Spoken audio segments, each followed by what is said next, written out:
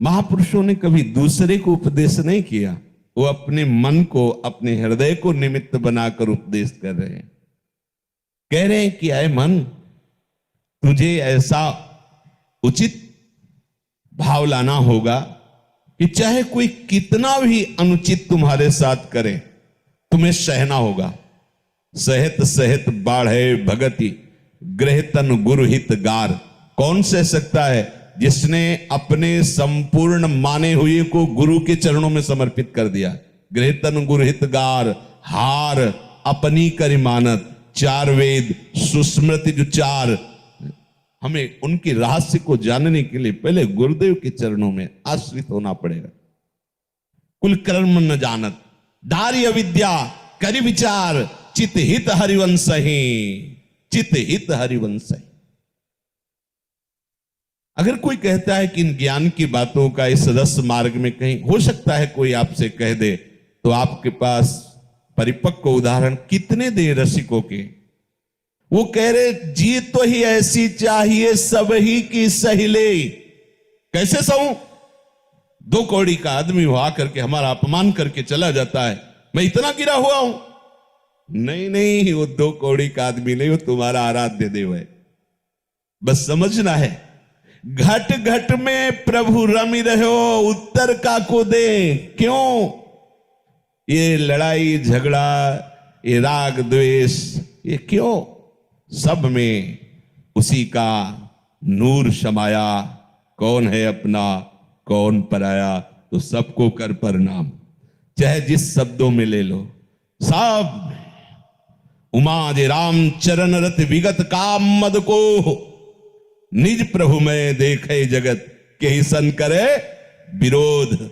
अगर ये विरोध वृत्ति है तो आप हरिवंश शरणागत नहीं, आप निकुंज के उपासक नहीं हैं। हरिवंश नाम लीन जे अजात शत्रु ते सदा। अजात शत्रु, पैदा ही नहीं हुआ जिसका शत्रु। अजात, जात वाले पैदा होता है, अजात पैदा ही नहीं हुआ जिसका शत्रु। पूरी सृष्टि में एक भी कोई द्वेष का पात्र नहीं है जिसके वही माना जाएगा हरिवंश नाम लीन जे। भूरी सखी जी कह रहे कि मानो कोई प्रश्न करे कि कितना सहूं, बहुत सताता है। हम रोज चाहते हैं कि वो शांत हो जाए, हाथ जोड़ते हैं, पैर छूते हैं, लेकिन वो रोज नया रूप लेकर आता है और मुझे कष्ट देता है। कितना सहूं? तो कह रहे तन छुटी वेलो हद है, सहिले मन धरि धीर, क्यों इतनी ममता करे, कोटिन छाड़े शरीर। बुरी सखी जी कह रही बहुत कोई इतना कष्ट दे सकता है क्या कि हमारे शरीर को हमसे अलग कर सकता है, अर्थात मार सकता है। तो तुमने करोड़ों शरीर छोड़ दिए हैं अनेक जन्मों में, अब एक जन्म में प्रियालाल के लिए समर्पित कर दो।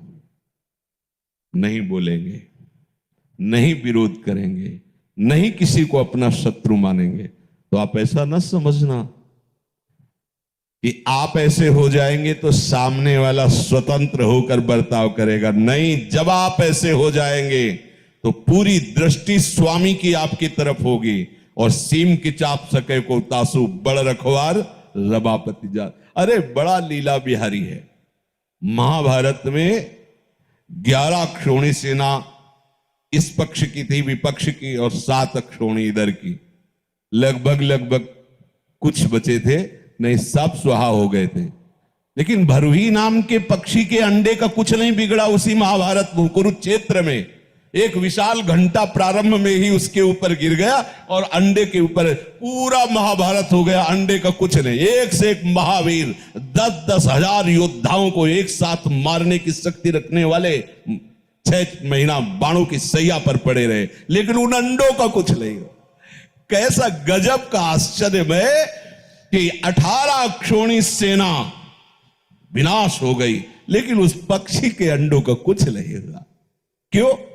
जाको राखे साइया मार सके लग कोई। एक दिन प्रहलाद जी ऐसे अपने नगर में विचरण कर रहे थे, तो एक कुम्हार की पत्नी कुम्हारिन बार बार माथा ठोक रही थी, क्या करूं क्या करूं, हाय बहुत बड़ी गलती हो गई। प्रहलाद जी ने कहा क्या गलती हो गई? बोले बस अब कोई बचा सकता है तो भगवान ही बचा सकते हैं, दूसरा नहीं। क्या? मुझे ध्यान था कि उस मटकी में बिल्ली के बच्चे हैं, पर मेरी बुद्धि काम नहीं की, उसी मटकी को बीच में रखकर आवा लगा दिया। अब आग लग गई है, पूरा आवा जल रहा है। अब मुझे ध्यान आया कि उसमें बिल्ली के बच्चे थे। हाय बहुत बड़ी गलती हो, अब कैसे वो बचेंगे? अगर ऐसी स्थिति में बचा सकता है कोई, तो भगवान बचा सकते हैं। प्रहलाद जी ने कहा कब खुलेगा आवा? बोले सुबह। प्रहलाद जी सुबह पहुंचे, खोलो। राजकुमार थे। देखो सब मटकी पक चुकी थी और उस मटकी में आंच भी नहीं थी, गरम भी नहीं हुई थी, और जे ही निकाला तो बिल्ली के बच्चे म्याऊ म्याऊ करते हुए फुदक के भागे। प्रहलाद जी को दृढ़ निश्चय हुआ कि अगर भगवान रक्षा करे तो ज्वाला में बैठने पर भी कहीं आंच भी नहीं आती। संपूर्ण लंका भस्म हो गई, लेकिन विभीषण के घर में आंच भी नहीं लगी। भगवान का भरोसा। ये ताकर दूत अनल जे सिरजा, जरा न सोते कारण गिरजा।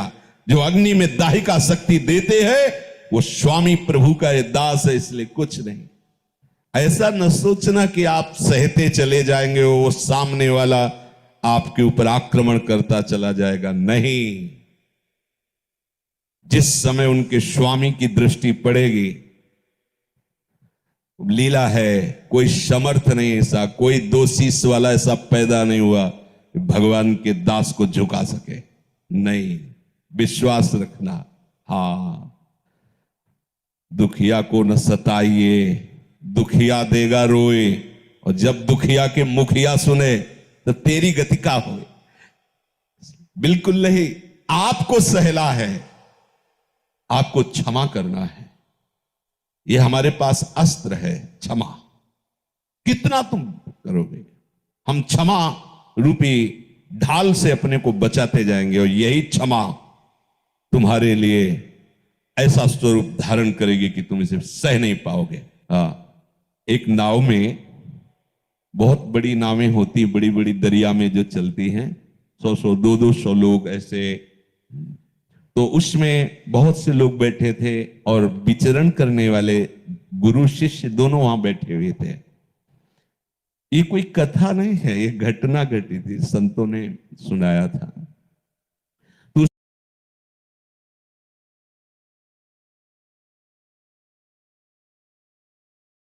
उसमें 2 पुलिस के कर्मचारी भी चढ़े। तो उस समय पहले, जैसे अब भी कोतवाली आदमी गेट में जो खड़े होते हैं तो उसमें चाकू लगी होती है, बंदूक के ऊपर चाकू, ऐसे वो दोनों लिए हुए थे।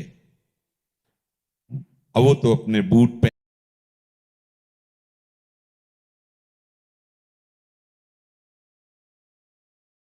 पहने ऐसे।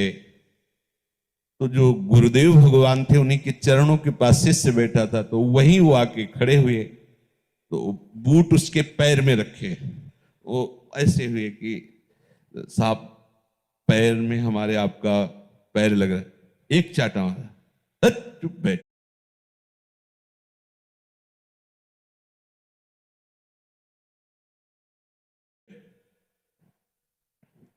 गुरुजी कुछ नहीं बोले, ना शिष्य कुछ बोला, शांत। अब नाव बढ़ी, जब दरिया पार हुई तो नाव वहीं तक जा सकती,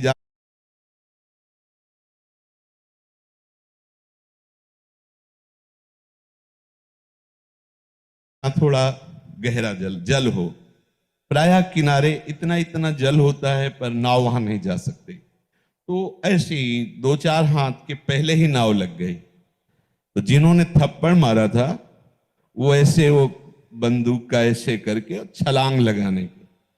अब उनको बुद्धि काम नहीं की कि बालू है, धंस जाएगी, और ऐसा हुआ कि जूता ही फिसला और वही संगीन उनके या और झप से गिरे। तो गुरुजी उठे, एक थप्पड़ शिष्य के मारा, अगर गाली दे देता, कुछ कर देता तो बच जाता, तो चुप रह गया, मर गया। उमा क्षमा श्राप होते भारी, आपको शांत रहना है, आपका मार्ग पुष्ट होगा। पर उनके प्रति हमारा कोई कटु व्यवहार, अगर संत का अपराध बन जाए और आपको कटु वचन बोल दें तो नाच पड़ना कि मुक्त हो गया। अगर वो चुप हो जाए, प्रणाम कर लें या हाथ जोड़ लें या सर झुका लें, तो समझ लेना कि ब्रह्मा भी अब तुम्हें नहीं बचा पाएंगे। ये चाल होती है। जो संत जिसे अपना समझते हैं उसे कटु व्यवहार करते हैं। भूल कर भी तुम्हारा मन कभी कुमार्गगामी न हो। जो संत देख लेते हैं कि हमारे बस का नहीं रहा, तब हाथ जोड़ लेते हैं और मृदु वचन कहकर झुक जाते हैं। उनका झुकना माया का रौंदना निश्चित हो जाता है। तो ऐसा कोई न समझे कि कोई मुझे कितना सताए, मैं कुछ बोलूं ना। तुम नहीं बोलोगे तो वो बोलेगा, जिसके सामर्थ्य से ही सूर्य तपता है, जिसके भय से ही मृत्यु भयभीत होती है। जो चराचर का स्वामी है, वो हमारा मालिक है, वो देख लेगा। आपको नहीं बोलना, आपको तो यही भावना करनी कि इसमें भी प्रभु है। तन छुटबे लो